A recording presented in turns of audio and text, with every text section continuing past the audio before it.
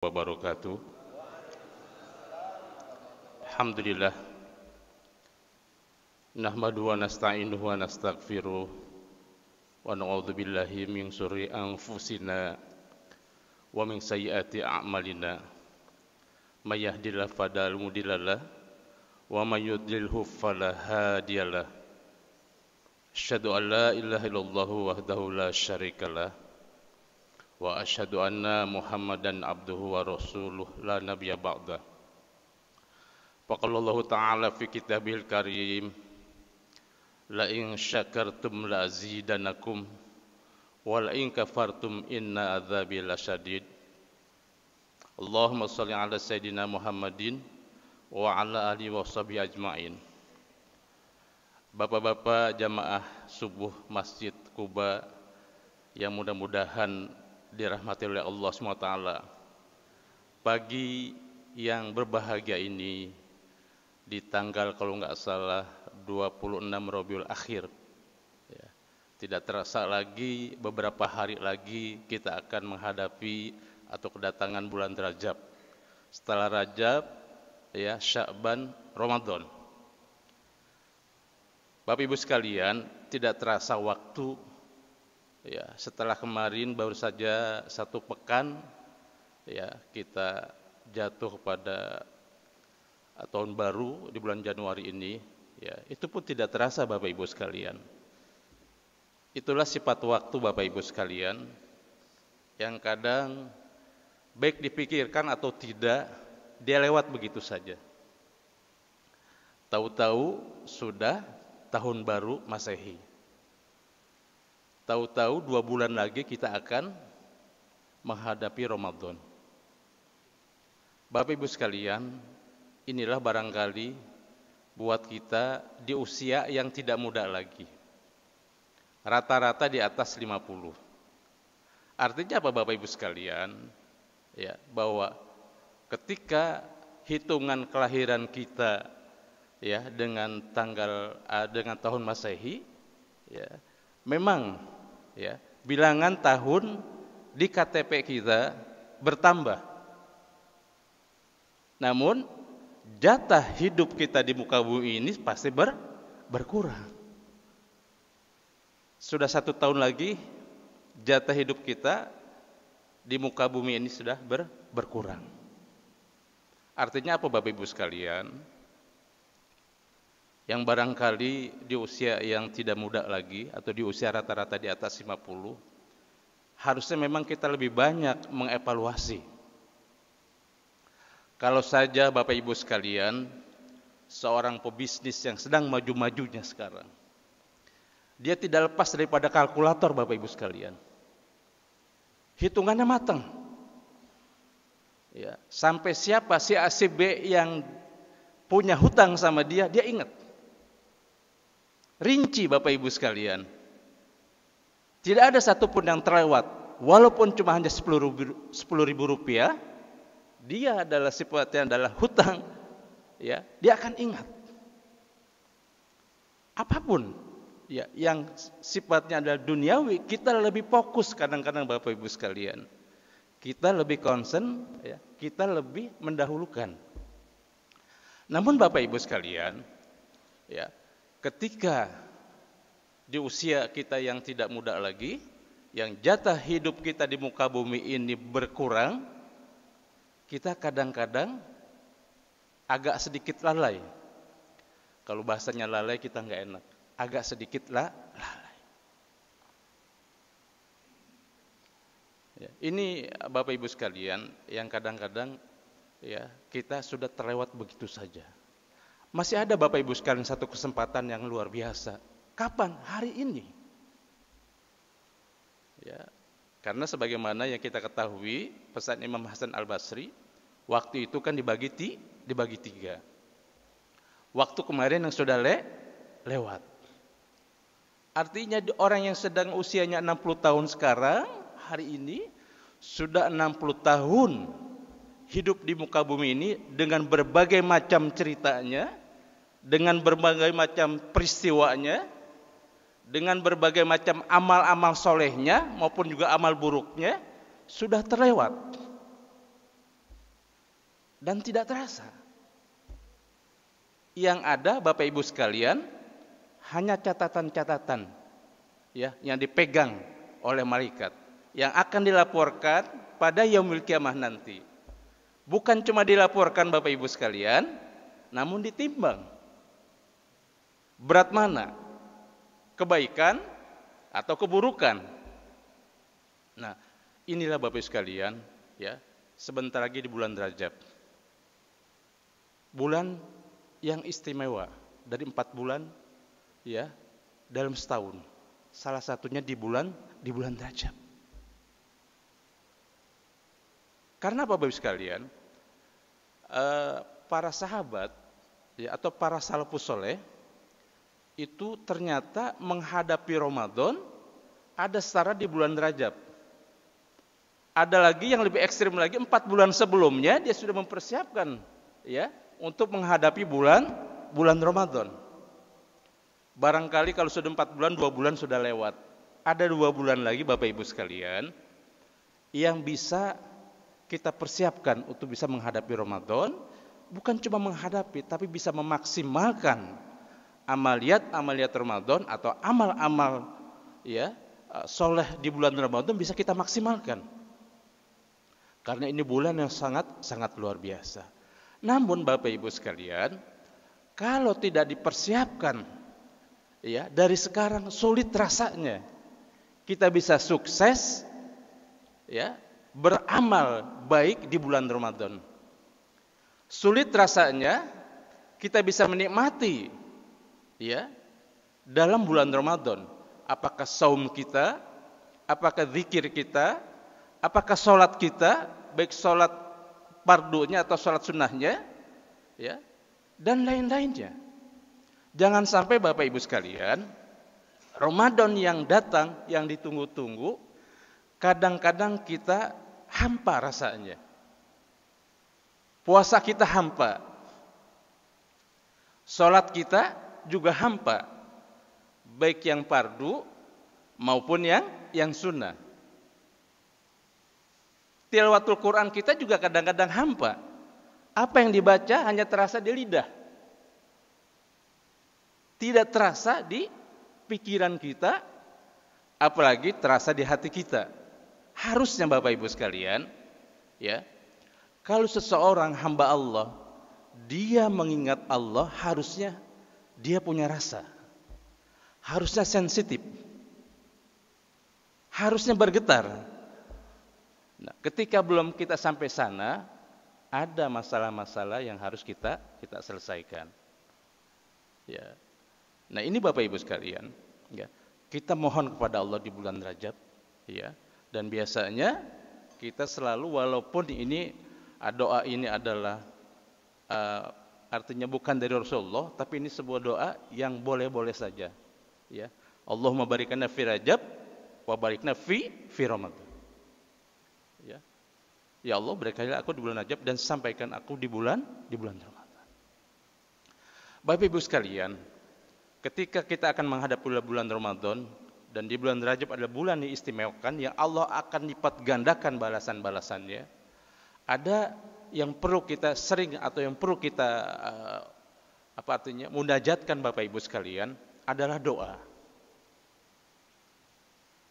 Doa ini Bapak Ibu sekalian kebutuhan kita secara pribadi yang kita munajatkan, yang kita tujukan kepada Allah Subhanahu wa taala. Karena tidak ada lagi Bapak Ibu sekalian, ya hanya Allah yang akan menjamin hidup kita baik di dunia maupun di akhirat. Bapak Ibu sekalian, ada seorang perawi hadis yang sangat luar biasa. Ya, kita kalau melihat kisah dia, Bapak Ibu sekalian, barangkali kita nggak akan apa sih sampai seperti itu gitu kan. Kadang-kadang barangkali agak mungkin mengenyahkan gitu kan. Kalau nggak salah Ibnu Mas'ud, Bapak Ibu sekalian, kurang apa beliau? Dia adalah ya perawi hadis. Dia orang soleh. Ibadahnya nggak kurang-kurang Bapak Ibu sekalian. Ya Bapak Ibu sekalian, kalau namanya dari sahabat, ya Rasul, sahabat, terus juga tabiin, terus ke bawahnya lagi, tidak diragukan lagi tentang keimanan dan ketakwaannya, tidak diragukan lagi tentang amal-amal soleh dia, semua tidak diragukan. Namun ada yang unik Bapak Ibu sekalian dengan beliau. Suatu saat Bapak Ibu sekalian, beliau ingin berlabuh. Ya. Nah, kalau dulu itu Bapak Ibu sekalian, kalau kita mau naik kapal, biasanya nggak langsung, karena jarang dermaga gitu kan ya. Biasanya kalau kapal besar itu dari pelabuhan itu pakai kapal kecil lagi atau perahu kecil, ya, nggak langsung. Ya, bayangkan ratusan tahun yang lalu, gitu. Nah, ketika dia mau naik kapal, Bapak Ibu sekalian, terdengar ada orang yang bersin. Orang bersin. Akhirnya apa Bapak Ibu sekalian? Ya, Ibnu Mas'ud ini ngejar orang yang bersin. Dia ingin mendoakan. Sampai sewa perahu 1 dirham kalau nggak salah. Ada beberapa versi cerita ini ya. 1 dirham sewa perahu, masih ada kesempatan lagi. Kapal ini mau berangkat, ngejar, mencari orang yang bersin. Untuk apa? Untuk mendoakan. Yang pertama dia mendoakan orang bersin. Yang kedua, Bapak Ibu sekalian, dia ingin dia doakan. Bayangkan Bapak Ibu sekalian, seorang soleh, ya, dia masih ngejar orang yang bersin, bahkan dia mendoakan dan minta didoakan. Ini kelasnya Bapak Ibu sekalian, enggak ecek-ecek, enggak kaleng-kaleng. Ori keimanannya, ketakwaannya ori. Enggak diragukan lagi. Tapi seorang soleh ini Bapak Ibu sekalian, dia mau ngejar. Sampai sekarang kita enggak pernah, kita aja cuek kadang-kadang kalau enggak dengar bersin cuek. Ini ya jauh, harus sewa perahu kecil, dia cari sama dia. Siapa yang bersin? Ya, setelah dia mendoakan, didoakan lagi. Dia tidak lihat Bapak Ibu sekalian, siapa orang itu yang membaca ayam bersinnya. Apakah pedagang, apakah petani, atau kuli, atau ulama, atau kiai, atau ustadz, enggak. Kita kan kadang-kadang Bapak Ibu sekalian, kalau minta doa itu kadang-kadang yang di atas levelnya kita. Ya kan? Menganggap bahwa doanya biasanya makbul, karena dia dekatan Allah. Tapi Ibnu Mas'ud enggak begitu. Ya. Dia kejar sama dia. Dengan 1 dirham. Kita enggak pernah selama hidup kita. Kadang-kadang teman juga bersin baca alhamdulillah, kadang-kadang kita cuek karena memang kita belum memahami sepenuhnya bagaimana Bapak Ibu sekalian pentingnya doa dan dahsyatnya doa.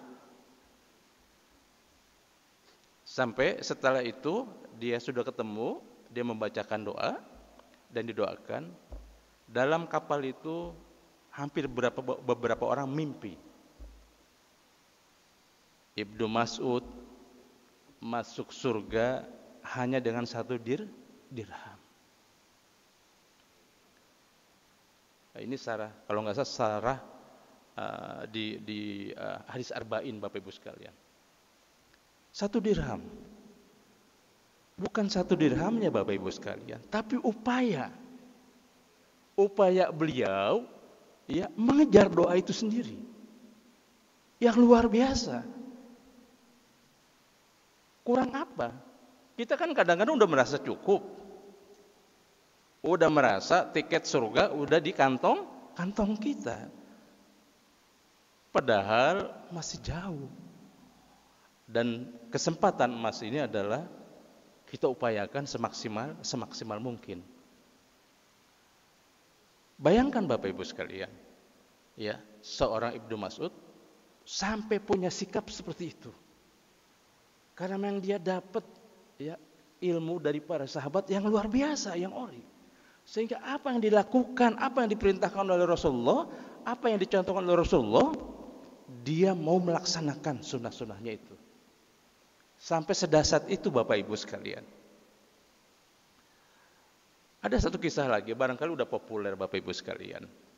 Jadi Bapak Ibu sekalian, doa ini memang dahsyat, dan doa itu ketika kita munajat kepada Allah Taala, Allah akan kabulkan yang kadang-kadang tanpa kita harus berangkat. Imam Hambali, ya, itu adalah ya salah satu dari 4 mazhab Ibnu Hambal. Ya. Waktu dulu enggak setenar sekarang. Kalau sekarang ya kita bikin YouTube aja konten se-Indonesia orang udah tahu, bahkan sedunia orang udah tahu. Ya, dengan kecanggihan smartphone. Zaman dulu Bapak Ibu sekalian, seorang Ibnu Hambal, seorang Imam Hambali itu enggak dikenal kecuali oleh murid-muridnya atau bersanad seperti itu.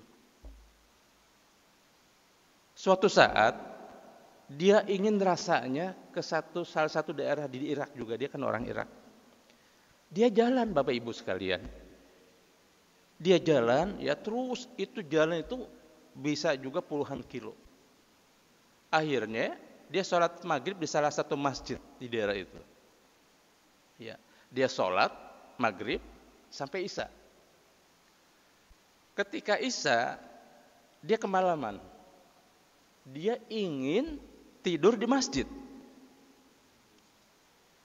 Ketika di masjid sama petugas masjid, sama mungkin salah satu pengurus masjidnya tidak diizinkan, ya, Imam Ibnu Hambal ini untuk tidur di masjid. Akhirnya kata dia, nggak apa-apa deh, saya kalau nggak boleh tidur di masjid, saya tidur di terasnya. Ketika tidur di terasnya pun nggak boleh Bapak Ibu sekalian. Bayangkan, ya, memang Allah sudah setting seperti itu. Ya, Imam Ibnu Hambal nggak kecewa. Akhirnya dia jalan terus gitu kan ya. Ketika jalan, ketemu ada warung kecil atau rumah, ya, ada seseorang, ya, mau bikin roti malam-malam. Biasanya kan kalau paginya roti itu kan malam diadoninnya biar ngembang sampai pagi baru itu.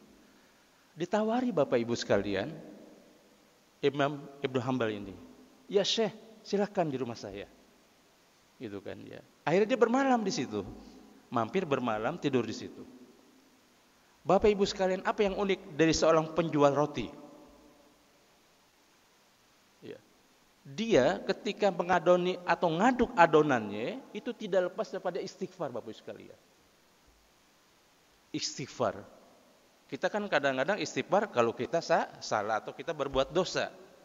Tapi ini lagi ngaduk adonan roti, dia istighfar terus. Astagfirullahaladzim. Terus, enggak henti-hentinya. Imam ini kaget, ini orang istimewa nih. Enggak lepas daripada istighfar. Enggak lepas daripada mohon ampunan Allah Subhanahu wa taala. Akhirnya penasaran, ditanya, Anda sering zikir dengan istighfar? Sering ya Syekh? Apa yang Allah kabulkan dari istighfar ini? Ya Syekh, permintaan saya seumur hidup saya dengan membaca istighfar semuanya sudah Allah kabulkan. Dia bilang itu Bapak sekalian, sudah dikabulkan. Cuma satu, ya Syekh, yang saya belum dikabulkan. Saya ingin ketemu Imam Hambali atau Imam Ibnu Hambal. Bapak Ibu sekalian, inilah seni doa. Ketika Allah mengabulkan doa seorang hamba Allah, dia nggak usah pergi jauh Bapak Ibu sekalian. Yang ini bisa Imam Hambalnya sampai ya Allah. Ternyata Bapak Ibu sekalian, Allah menyuruh saya mendatangi seorang pedagang roti yang soleh hanya gara-gara dia sering istighfar. Apakah Bapak Ibu sekalian pedagang rotinya datang jauh-jauh ke rumah Imam Ibnu Hambal? Enggak. Tapi Allah gerakan hati seorang imam ya mendatangi satu daerah dagang roti. Luar biasa Bapak Ibu sekalian. Itu adalah keutamaan doa. Dan Allah akan mendengar doa kita, dan Allah akan selalu rekam doa kita, dan Allah akan pastikan Allah kabulkan doa kita dengan berbagai macam peristiwa dan dengan berbagai macam seninya ketika Allah jawab. Cuma Bapak Ibu sekalian, kita kadang-kadang tidak bisa menjawab, tidak bisa membaca jawaban doa-doa kita dari Allah Subhanahu wa taala. Yang kadang kata Umar bin Khattab, ya, doa itu Allah itu baik sekalipun doanya dikabulkan dengan air mata. Padahal meneteskan air mata yang begitu banyak itu bagian dari Allah kabulkan doa itu. Inilah Bapak Ibu sekalian, bagaimana dahsyatnya doa.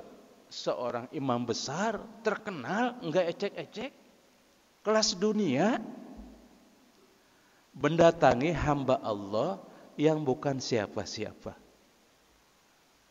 Dia bukan seorang ustadz, dia bukan seorang kiai, dia bukan seorang ulama besar, dia bukan pejabat, dia bukan pebisnis besar, dia tidak terkenal, dia hanya seorang pedagang roti Bapak Ibu sekalian, ya, yang rutin, yang selalu mohon atau munajat kepada Allah SWT dengan doa-doanya dan dengan zikir-zikirnya yaitu istighfar. Sampai-sampai Allah menggerakkan seorang hamba Allah yang kaya dengan ilmu mendatangi seorang hamba Allah yang biasa-biasa saja. Nah ini Bapak Ibu sekalian, kisah ini kan sudah ratusan tahun yang lalu.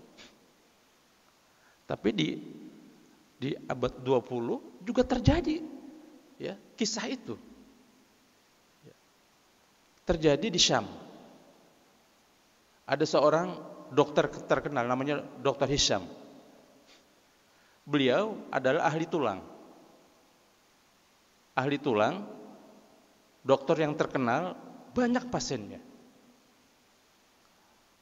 Suatu saat Bapak Ibu sekalian, dia mau ngisi seminar. Ketika ngisi seminar, ya, itu udara itu cuaca nggak bagus. Dia naik pesawat. Ketika terbang, pesawatnya akhirnya kalau nggak terbang atau nggak jadi terbang, ya, karena cuaca buruk. Ya, si dokter itu akhirnya Bapak Ibu sekalian, dia sewa mobil. Ketika sewa mobil terus jalan, ternyata itu pun terprosok Bapak Ibu sekalian, nggak sampai kepada tujuan. Karena cuacanya begitu buruk. Sampailah di depan rumah yang sederhana. Ada seorang nenek tua, nenek memang tua ya, nggak muda lagi ya. Ada nenek tua dengan seorang cucu, yatim. Nenek. Ada seorang nenek. Ya, dia hidup berdua Bapak sekalian. Datang, Dr. Hisham datang ke rumah itu. Ketika datang, ya, dia izin untuk bermalam. Akhirnya Bapak sekalian, Dr. Hisham ya dijamu teh ya, plus juga kuenya malam-malam. Si ibu itu selalu berdoa Bapak Ibu sekalian, selalu nggak putus-putus. Ketika berdoa begitu ditanya, wahai ibu atau nenek, itu siapa? Ini cucu saya. Kenapa? Cucu saya lumpuh karena ada penyakit ya yang berkaitan dengan tulang. Sedangkan Bapak, ini adalah cucu saya yang yatim piatu. Saya tidak mampu. Ya, saya tidak bisa mengobati cucu saya. Ada dapat kabar ya seorang dokter yang terkenal, tapi saya nggak mungkin. Jarak dan juga biaya. Gitu. Ini ungkapan si nenek tua kepada sang Dr. Hisham, spesialis. Bapak Ibu sekalian, doa nenek ini Allah kabulkan. Bayangkan, si nenek ini nggak punya uang, nggak punya teman untuk mengajak cucunya ke rumah sakit yang terkenal, menghadapi seorang dokter spesialis tulang yang terkenal. Dokter Hisam langsung tanya. Ini nggak diduga-duga Bapak sekalian. Ini dahsyatnya doa. Ketika hamba Allah sudah mencintai Allah, hamba Allah sudah mahabbah dengan Sang Khalik, Allah berikan atau Allah jawab doa-doanya tanpa orang itu berangkat. Satu paket Bapak Ibu sekalian, orangnya langsung ke rumahnya. Seninya apa Bapak Ibu sekalian? Yang saya bilang tadi, kita kadang-kadang belum bisa atau nggak bisa membaca seni ketika kita menghadapi akad, ketika Allah jawab doa-doa kita dengan cara-cara seperti itu. Ceritanya dia tidak bisa terbang karena cuaca buruk. Dia tidak bisa melanjutkan, sampai dengan mobil pun mereka tidak bisa melanjutkan, sampai Allah aja harus datang ke rumah si nenek ini. Ini Bapak Ibu sekalian, Allah jawab doa si nenek yang begitu indah, yang begitu ikhlas, yang begitu optimis terhadap bantuan Allah, terhadap pertolongan Allah, yang dia pasti punya jiwa yang besar. Allah akan menjawab doa saya, dan Allah akan kabulkan, dan Allah akan berikan pertolongan itu. Ini dua kisah Bapak Ibu sekalian, yang benar-benar jaraknya jauh, jauh jaraknya cerita ini, tapi itu selalu ada dalam kehidupan. Barangkali karena tidak diceritakan atau apa, masih banyak kisah-kisah yang sama seperti itu, karena kita nggak tahu. Nah, ini Bapak sekalian, bahwa bagaimana dahsyatnya doa Ibnu Mas'ud sampai dia ngejar-ngejar orang yang bersin. Seorang penjual roti, pedagang roti yang tidak putus-putusnya dia beristighfar sampai Allah utus seorang imam besar. Seorang nenek-nenek yang tidak punya materi yang begitu banyak, harta yang banyak, yang menghadapi cucunya yang lumpuh, yang tidak bisa bergerak, tapi dengan kekuatan doa Allah kabulkan, bahkan sang dokternya ada di hadapan dia. Bapak Ibu sekalian, kalau saja mereka Allah kabulkan, sama kita juga pasti Allah kabulkan, karena itu adalah sudah janji Allah. Cuma Bapak Ibu sekalian, barangkali kita yang kurang optimal. Atau kadang-kadang Bapak Ibu sekalian, kalau kita mau fair mau mengevaluasi diri, sekarang kita mau renungkan masing-masing di pribadi, tanya diri sendiri. Kalau kita berdoa, lebih banyak kan urusannya dunia. Hampir 80% doa kita selalu mintanya apa Bapak Ibu sekalian? Dunia. Bisnis yang lancar, rumah yang besar, mobil yang bagus, anak yang soleh. Kita enggak pernah Bapak Ibu sekalian minta doa, ya Allah, wafatkan aku ya Allah ketika aku sedang sholat. Ya Allah, wafatkan aku ya Allah ketika aku sedang berpuasa. Ya Allah ya Rabb, wafatkan aku sedang aku berzikir. Ya Allah, wafatkan aku ketika aku sedang membaca Quran. Ya Allah, wafatkan aku ketika aku sedang berbuat kebaikan. Ini kan gak pernah Bapak Ibu sekalian. Padahal Bapak Ibu sekalian, barangkali hidup kita di muka bumi ini bisa 10 tahun lagi, 5 tahun lagi, atau di bawahnya. Tapi sementara doa kita masih ngejar-ngejar lebih banyak, maaf ini juga adalah manusiawi, adalah lebih kepada mengejar fasilitas dunia. Padahal Bapak Ibu sekalian, yang kita butuhkan adalah nanti fasilitas akhirat. Fasilitas akhirat ini Bapak Ibu sekalian yang orang belum tentu semuanya bisa. Dan ini sulit Bapak Ibu sekalian. Sementara doa kitanya belum maksimal ketika kita mengejar yang namanya akhirat.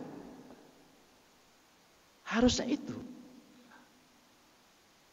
Nah, di bulan Rajab Bapak Ibu sekalian, kita mohon kepada Allah SWT agar kita diberkahi di bulan Rajab dan Sya'ban, dan agar kita juga sampai pada Ramadan dan kita bisa mengoptimalkan ibadah-ibadah di bulan Ramadan.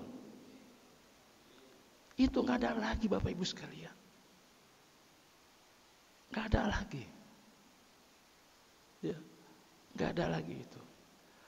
Ada cerita Bapak Ibu sekalian, ini kisah nyata. Mungkin Pak Haji Dedi masih di Banjar rumahnya. Saya lupa itu tahun berapa. Ya, namanya Haji Komar. Beliau dia kalau nggak manajer PT Sarimi waktu itu. Meninggalnya indah Bapak Ibu sekalian. Meninggalnya kalau nggak salah di malam 27 Ramadan. Malam Jumat Bapak Ibu sekalian. Habis sholat tarawih, sebelumnya dia janji, besok kita rapat pengurus DKM Masjid Nabawi, ya, kita akan merencanakan pembangunan yang besar, yuk kita rapat. Nah, kebenaran waktu itu ada program itikaf. Saya itikafnya Wasi Kalong waktu itu, datangnya 9:30. Nah, habis sholat taraweh, semuanya sudah selesai, baru dia. Nah, sambil ngasih tausiah, terus ngasih pengantar, di malam 27, meninggal Bapak Ibu, masih megang mic. Dan apa lafadznya? La ilaha illallah. Itu udah susah Pak. Habis sholat aja meninggal susah. Gitu kan? Malam 27, malam Jumat lebih susah lagi. Di bulan Ramadan itu susah sekali. Sambil dia merencanakan sebuah program besar di Masjid Nabawi untuk menegakkan atau mensiarkan agama Allah. Lagi begini Bapak sekalian, lagi megang mic. Belum tentu Bapak Ibu sekalian 1001 yang seperti itu. Tiket ke surga, kita melihat zahirnya, husnudzonnya indah. Dia bukan orang ulama, dia manajer. Tapi Allah berikan tanda-tanda dengan wafat yang husnul khotimah, yang luar biasa. Nah, harusnya di usia-usia ini kita harusnya doanya itu yang banyak. Apalagi di bulan Ramadan. Nah, sebelum ke arah sana bisa sampai Ramadan, doa kita selalu mohon disampaikan, diberkahi bulan Rajab dan Sya'ban yang tinggal beberapa hari lagi, ya. Dan kita optimalkan banyak doa di bulan Ramadan agar dia optimal. Dan doanya itu biasanya 1 tahun akan yang depan agar diketemukan lagi dengan bulan Ramadan yang akan datang. Bapak Ibu sekalian, bukan nggak boleh kita bicara atau berdoa kepada Allah dengan yang sifatnya adalah dunia. Ya. Kalian kan sifat manusia kan nggak cukup. Padahal dalam keseharian kita sudah diajari hitungan matematika kita udah matang sebenarnya. Kalau kita punya 1 karung beras, kita beli 1 karung beras 60 kilogram atau 50 gram ada 60 liter. Berapa gram, Pak? Buat pribadi kita. Yang kita makan berapa gram? Kalau kita mau hitung gitu kan, satu piring nasi itu berapa gram?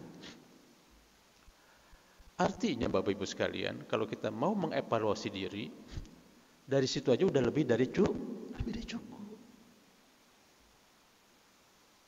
Ya.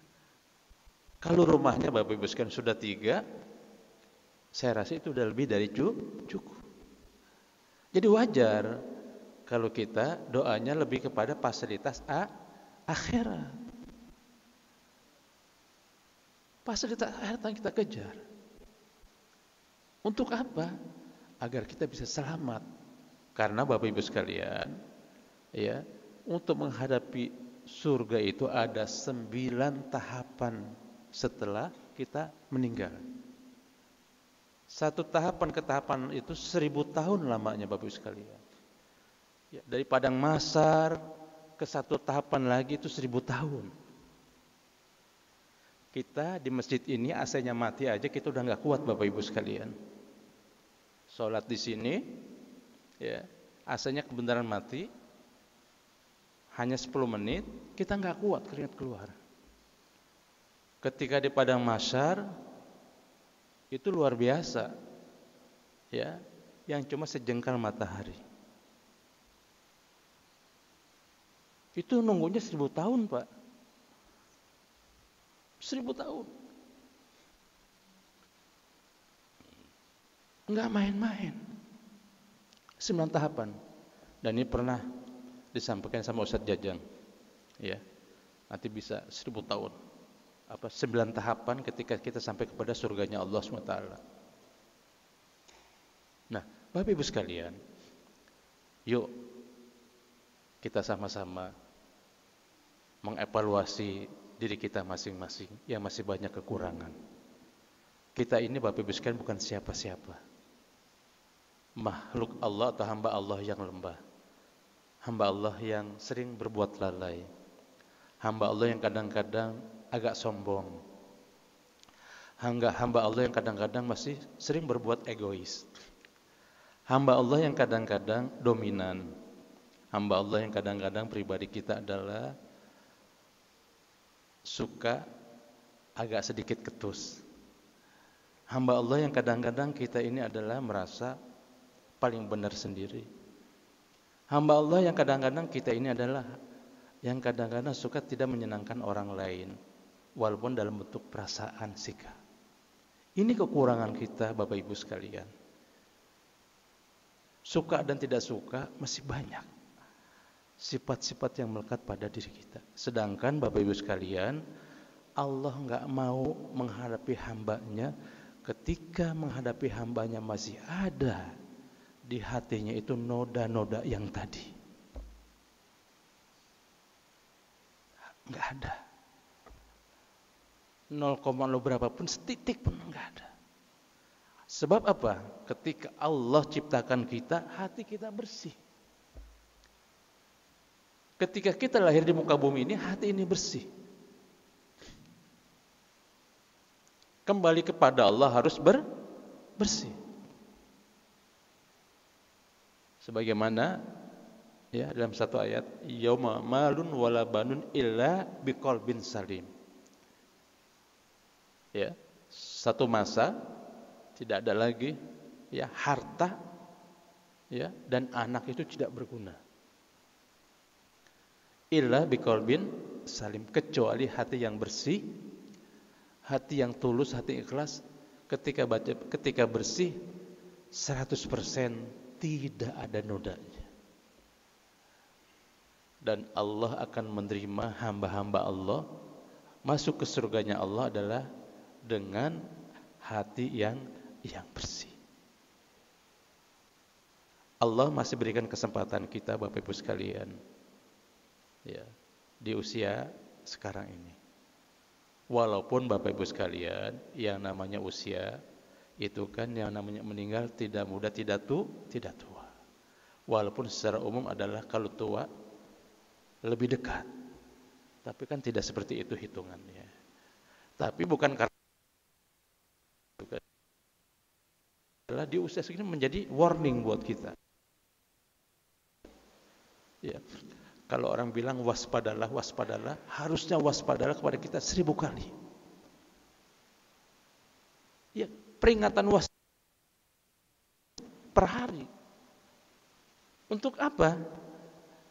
Untuk mengejar, untuk memohon pada Allah agar kita mendapat fasilitas akhirat. Untuk bisa masuk ke surganya Allah Subhanahu wa taala. Bapak Ibu sekalian, buat kita sekarang ini ngajinya harus sudah ngaji rasa. Ya. Apakah sholat kita sudah terasa? Kan gitu Bapak Ibu sekalian. Ya, maaf. Sholat kita kadang-kadang kan belum punya rasa. Sekelas apapun rumah makan mahal, ya, tapi ketika hidangannya itu wah, dia nggak punya rasa atau rasanya kurang,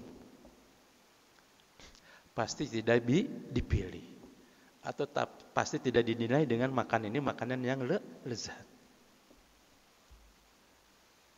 Saya ingat Ustadz Sepo Salim Pillah, usia kita udah ngajinya dengan rasa. Kembali ada di dalam sholat. Sholat itu harus punya rasa Bapak Ibu sekalian. Jangan Bapak Ibu sekalian kita sholat Allahu Akbar, Allahnya Akbarnya benar, tapi isbarnya kita nggak ingat Allah, bubar jadinya. Ingatnya ada di mall, ya. Ingatnya pas kita ya ada tukang, ingatnya mobil lagi rusak di bengkel, ingatnya tagihan hutang, nilai rapot, macam-macam. Padahal Bapak Ibu sekalian, ketika Allahu Akbar yang kita ingat adalah baik di pikiran kita, lisan kita, dan hati kita, dan gerak anggota badan kita, dia harus nyatu, harus seirama, harus sekata. Sekata. Jangan Allahu Akbar, lisannya benar, tapi tidak sesuai dengan kata pikiran kita. Gerakannya benar, tapi tidak sekata dengan pikiran kita dan hati kita. Ini Bapak Ibu sekalian, ya, yang sangat mungkin termasuk saya. Kadang-kadang dalam sholat saja kita belum tentu konsisten. Kita nggak bicara 100% lah. Di angka 60% juga udah bagus banget. Tapi kadang-kadang lebih repot bagaimana kalau dibawa 60%. Lebih miris lagi Bapak Ibu sekalian.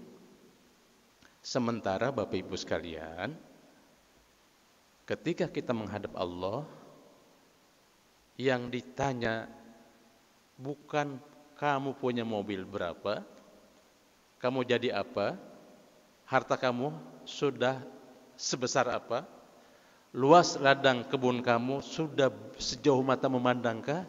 Allah tidak tanya itu. Yang ditanya tentang sholat.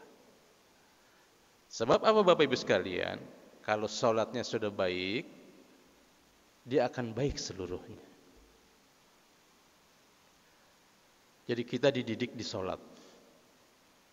Nah, sebab fungsi sholat adalah untuk mencegah perbuatan keji dan munkar.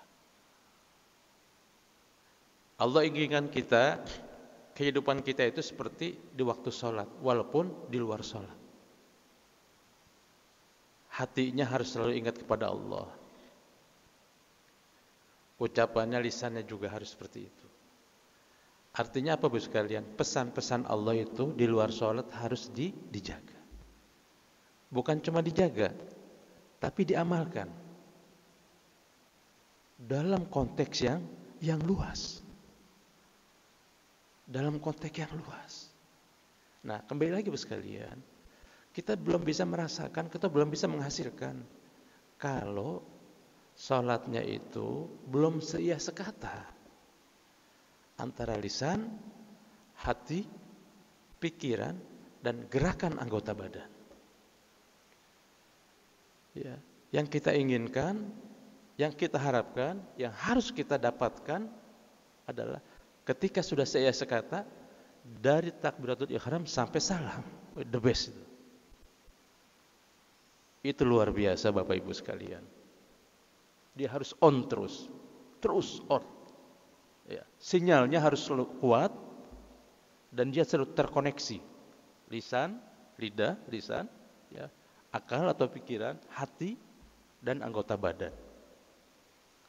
Itu Bapak Ibu sekalian, ya, yang harus kita latih. Bapak Ibu sekalian, kembali lagi. Janganlah, ya, artinya bermalas-malas dengan doa. Lantunkan doa-doa kita di setiap waktu. Doakan anak-anak kita dan anak cucu kita dalam sujud kita. Dia adalah harta yang terbaik buat kita. Tidak ada lagi.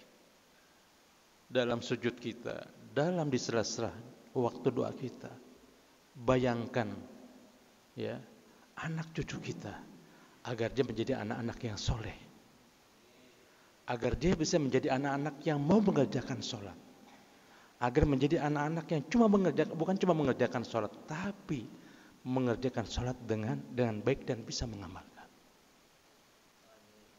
Itu harapan kita Bapak Ibu sekalian.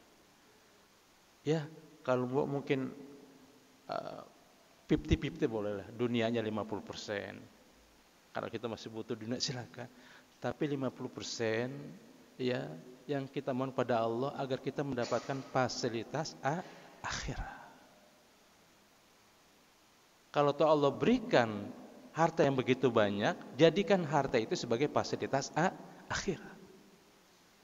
Sebagaimana Bapak Ibu sekalian, kita tahu Abu Bakar, ya, belum ada yang mendandingi keimanan Abu Bakar itu. Kalau ditimbang separuh penduduk muka bumi ini dengan imannya Abu Bakar, ya, nggak ada apa-apanya penduduk bumi.